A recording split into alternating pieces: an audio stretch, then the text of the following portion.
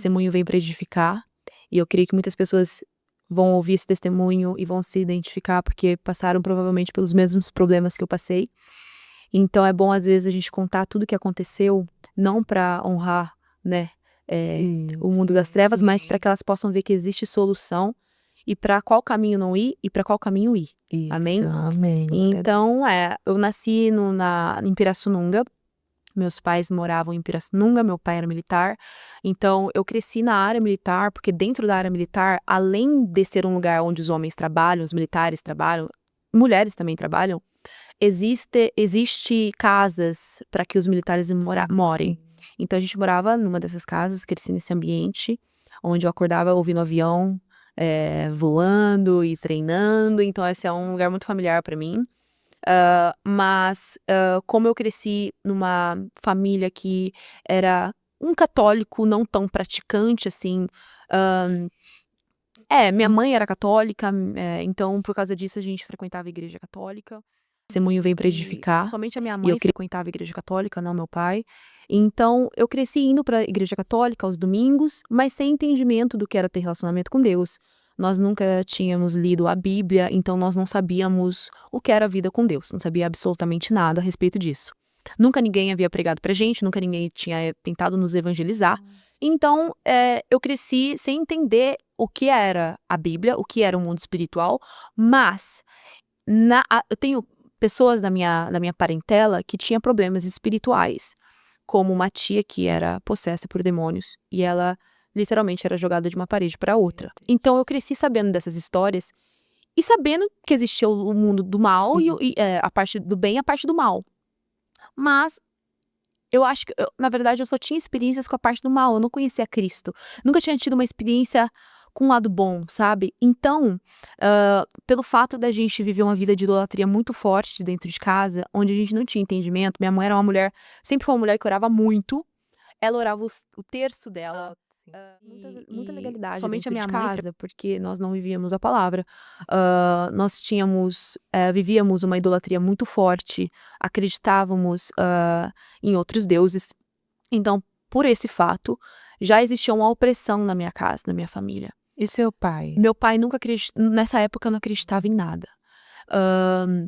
Então, era essa opressão e eu cresci eu tive uma infância difícil porque meu pai era uma pessoa muito nervosa e o que acontecia era que qualquer erro, mesmo criança, ele me batia muito. Então, eu cresci assim, apanhando muito do meu pai e não era um tapinha nesse lugar de opressão, dentro de casa, espiritual, quanto do lado do meu pai, que me batia muito. Então eu tinha medo de viver, eu tinha medo de tudo, assim, porque o ambiente que eu vivia me trazia medo. Só que o que aconteceu foi que,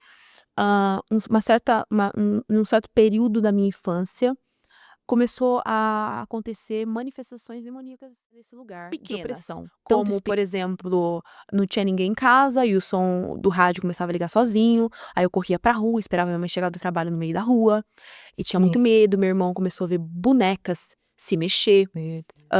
Então começou com coisas assim pequenas, mas são manifestações no final das com contas. certeza. E isso me trazia muito medo, assim, eu não sabia o que fazer com isso.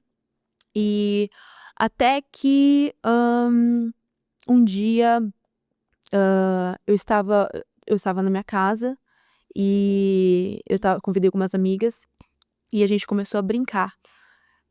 Parece bobo, mas eu sei que muita gente já brincou com isso e é uma brincadeira que abre muitos portais para as nossas vidas, que é a brincadeira do copo, brincadeira do compasso, que é nada mais do que aquela tabuleiro eu não sei como é que fala, mas eu acho que é tabuleiro ouija, que tem letras em cima e embaixo e tem um copo no meio ou algum objeto no meio que, sem você encostar, você faz pergunta para espíritos e o copo ou o objeto que está no meio vai até as letras, formando palavras, respondendo você.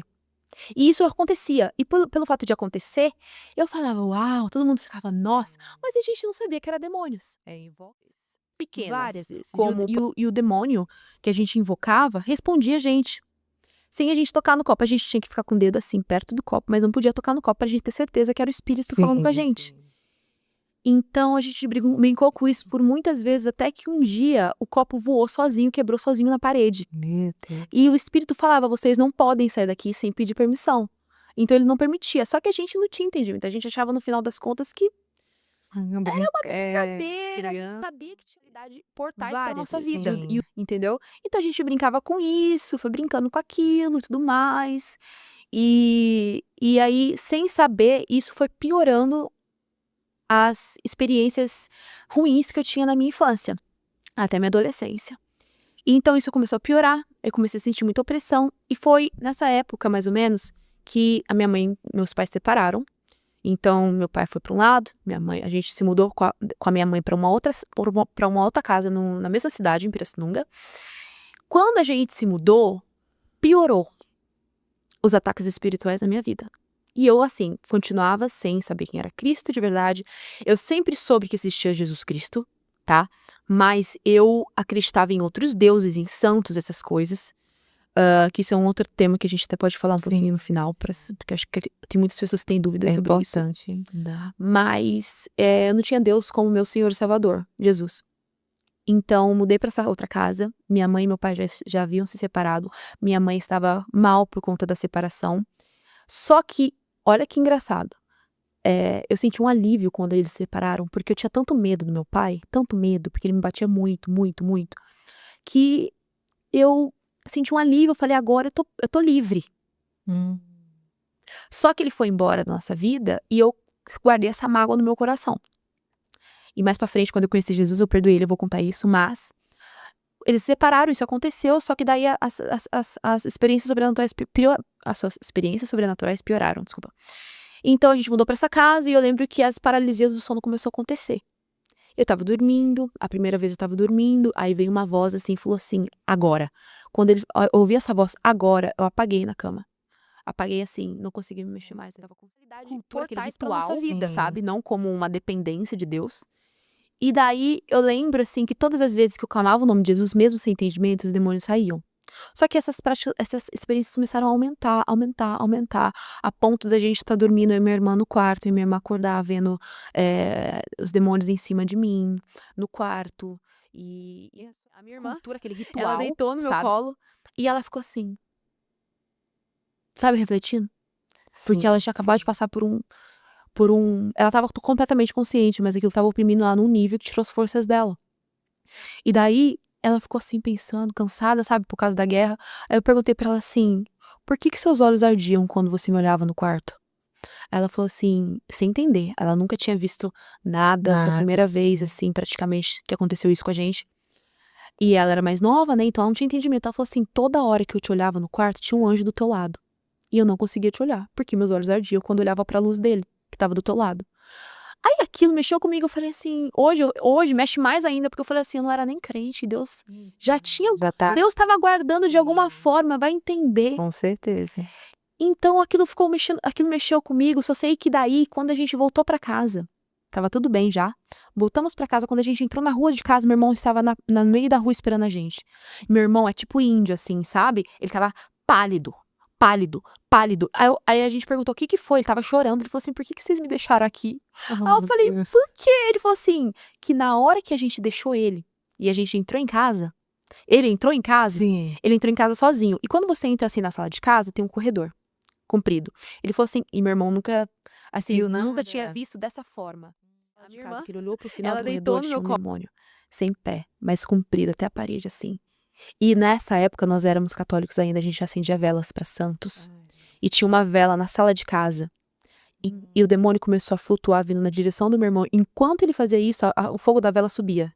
O demônio vinha e o fogo da vela subia assim, ó. Aí meu irmão ficou duro, em choque, saiu correndo pra rua e esperou a gente lá. Na hora que a minha irmã estava sendo liberta, o mesmo demônio que estava oprimindo apareceu pra ele. Meu Deus. Só sei que a gente ficou com medo tão absurdo depois disso, que a gente dormiu por uns 2, 3 meses na sala com luz acesa, todo mundo junto. E nesse tempo, como na minha cabeça o Salmos 91 era o mais forte da Bíblia, se eu decorar ele, é tipo, né, uma reza, na minha cabeça católica, é uma reza, então vai funcionar, eu decorei o Salmos 91. Até hoje eu tenho decorado na minha cabeça por causa dessa época. E a irmã, E que tu nesse era? tempo, Eu não eu teria ido pro evangelho, não teria conhecido a Cristo do jeito que eu conheci, se alguém tivesse forçado. A minha conversão foi muito natural, eu vou contar, natural. Ninguém entregou pra mim. Então, assim, após esse acontecimento, algo no meu coração começou a acontecer, de que, tipo assim, o mundo espiritual existe, de fato é algo muito sério, Com e eu certeza. preciso entender o que tá acontecendo, porque eu não sabia lutar. Então, esses problemas espirituais continuaram a acontecer. A minha irmã logo depois se converteu, bem antes que eu. Hoje ela é uma mulher de Deus, assim, pentecostal. São Paulo, morar em São Paulo. Eu não teria ido. Então, eu comecei a trabalhar com TV em São Paulo quando eu tinha uns 20 anos, 19 para 20 anos. E aí foi onde eu comecei a me perder mais. Além dessas guerras espirituais que eu tinha, eu entrei numa vida de pecado muito profundo. O que aconteceu? Meus amigos eles eram a maioria pessoas que frequentavam festas eletrônicas. Sim. Então, eu estava junto com eles, e as pessoas normalmente que frequentam festas eletrônicas, não todas, mas muitas, usam droga para conseguir aguentar as festas que duram dias, Nossa, horas. meu Deus. Então eu comecei a experimentar as drogas e tudo mais, tudo que você puder imaginar. Até que um dia, e bebida também. Só que eu não era viciada, mas como eu saía de domingo a domingo pra festa, eu usava todos os dias. E aí eu tinha uma dependência bem forte da maconha. E do cigarro também. Tudo começou a entrar na minha vida. E aí eu morava numa casa que era cheia de modelos.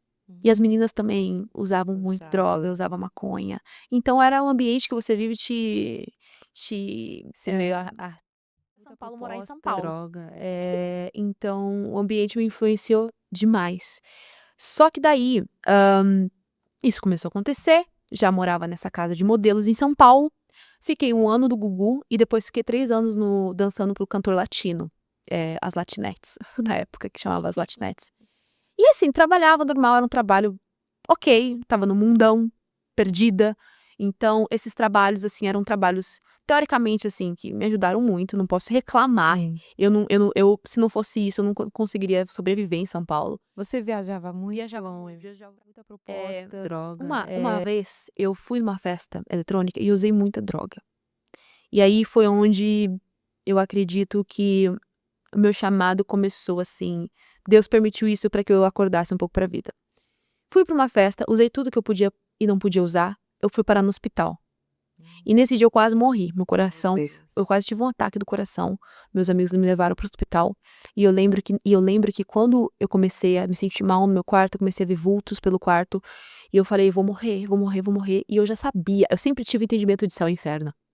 Eu não era bocó, sabe? Sim. Eu já tinha um entendimento, mas eu não sabia o que era a vida com Deus. Então eu sabia que se eu morresse naquele momento, eu não ia ser salva. Eu não tinha Cristo como meu Senhor e Salvador. Zero. E eu tava numa vida completamente no pecado, na lama, na lama. E eu lembro que quando isso aconteceu, algo aconteceu na minha mente, sabe? Eu falei, eu preciso mudar. Só que eu não sabia a quem recorrer. Eu não tinha amigos crentes. E assim, tem tanta gente que conhece a Cristo que não te apresenta Cristo. E eu fico pensando, ninguém falou de Cristo pra mim. Uma